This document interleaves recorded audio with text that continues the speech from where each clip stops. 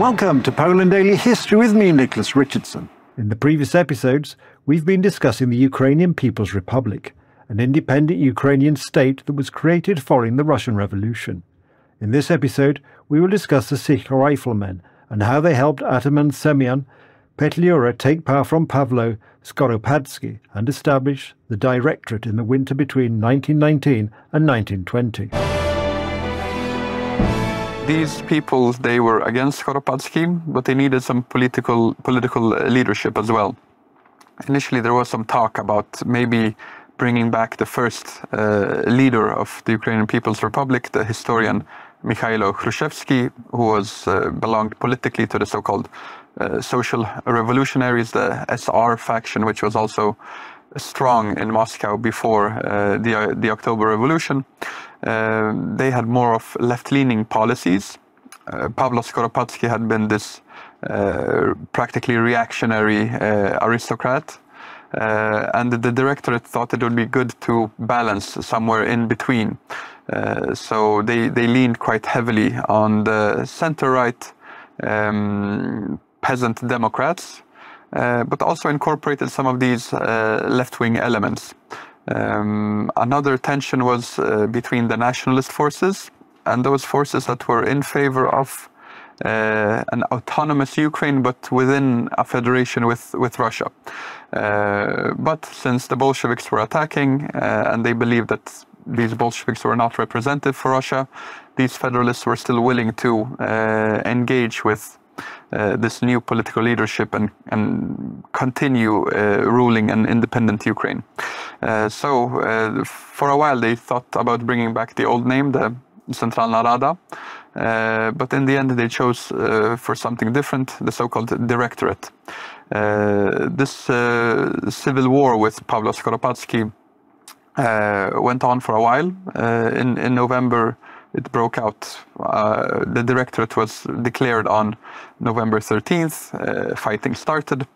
Skoropadsky, knowing that he was weak, he went to the White General Denikin, who was in control of southeastern Ukraine and parts of the Kuban area in Russia. And he asked for an alliance, and he asked for him to delegate some of his men to Ukraine so he could fight the Directorate. He did receive a small group of men, but it wasn't enough to turn the tide. The Ukrainian people were simply against him. So after around a month of fighting, the Directorate took control of Ukraine and Ukrainian matters and affairs. But at the same time, the Red Army invaded from the east, from the area of Kursk, and started slowly moving west. In January, with the new year, the battles continued.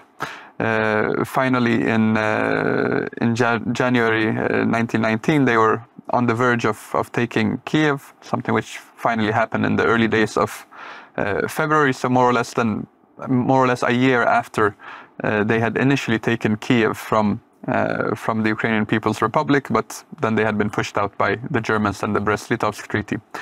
Now the Bolsheviks were back in Kiev, and they started pushing the Ukrainian government further and further west. Initially they moved to the city of Vinica, which was in headlines across the world around 2 weeks ago, and there was a heavy bombardment, a missile strike against a medical center in Vinica, which killed 26 people. The government took a short break there before moving even further west. For a moment, there was only a sliver of land that they were still in control of around the city of Brody, which became the new capital city.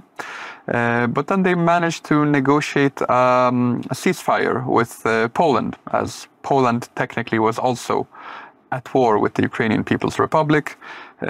Initially, they had been fighting more against the Western Ukrainian People's Republic, which was another Ukrainian state that had been centered around the city of Lviv. But the Poles had been pushing them out of that area. So some of those fighters from the Western Ukrainian People's Republic had to enter the territory under control of the Ukrainian People's Republic. But since the Western Ukrainian People's Republic and Poland were at war, and on January 22nd, 1919, the Western Ukrainian People's Republic and the Ukrainian People's Republic merged into one state with the so-called Act of Zluky, which was celebrated by around 100,000 people in Kiev, which was still under the Ukrainian People's Republic's control at that time, but which would soon be taken by the Bolsheviks. It created a situation in which the Ukrainian People's Republic inherited the war, so to say, with Poland from the Western Ukrainian People's Republic. But the Poles realized that these guys are on the ropes, so to say, and there's no point in defeating them completely, since they are fighting against the Bolsheviks. And from February 1919, the Poles were thinking about launching an offensive against the Bolsheviks.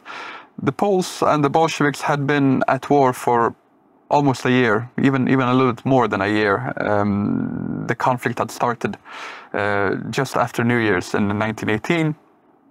It picked up in February 1918 with the Battle of Biaroza, the first big battle. In January 1918, there had been some skirmishes around the city of Vilnius, or as the Poles knew it back then, Vilno. So finally, the Ukrainians, they were also in a difficult position with the Western allies, because initially they wanted to ally with the Westerners, received help, material help, military aid, and with their help push back the Bolsheviks. But they started realizing that it was more difficult than they thought, partly because of some diplomacy issues. Since the Ukrainian People's Republic had joined the Germans in the Brest-Litovsk Treaty a year earlier, they were viewed as German allies by the Western allies. This made it a little bit more difficult, so the Ukrainians, they decided to try to shift perception. They fired some of the people that had been involved in the Brest-Litovsk Treaty. Semyon Petliura, who had been from the SDP, the Social Democratic Party, which had been involved in the Brest-Litovsk Treaty, he left the party in order to be in power. The first leader of the Directorate, Vinchenko, was also asked to leave to make it easier for the Western allies to get more engaged. However, they still were reluctant, and the Ukrainians then realized that the only power in the neighborhood, so to say, which could help them out were the Poles. So the ceasefire had begun in February 1919. Discussions continued over the next few months, and in April 1919, the Poles and the Ukrainians signed the so-called Treaty of Warsaw, where they agreed to delineate the future Ukrainian state with the Polish state along the river of Zbruch, meaning that this would leave Lviv or Lvov on the Polish side of the border. More or less, it was the border that was later, it became the border between Poland and the Soviet Union after the Treaty of Riga in 1921, which finally settled the Polish-Bolshevik War and left the Ukrainians without any state at all. Initially, however, this Polish-Ukrainian alliance was quite successful. You had an offensive by the Poles and the Ukrainians after signing this treaty.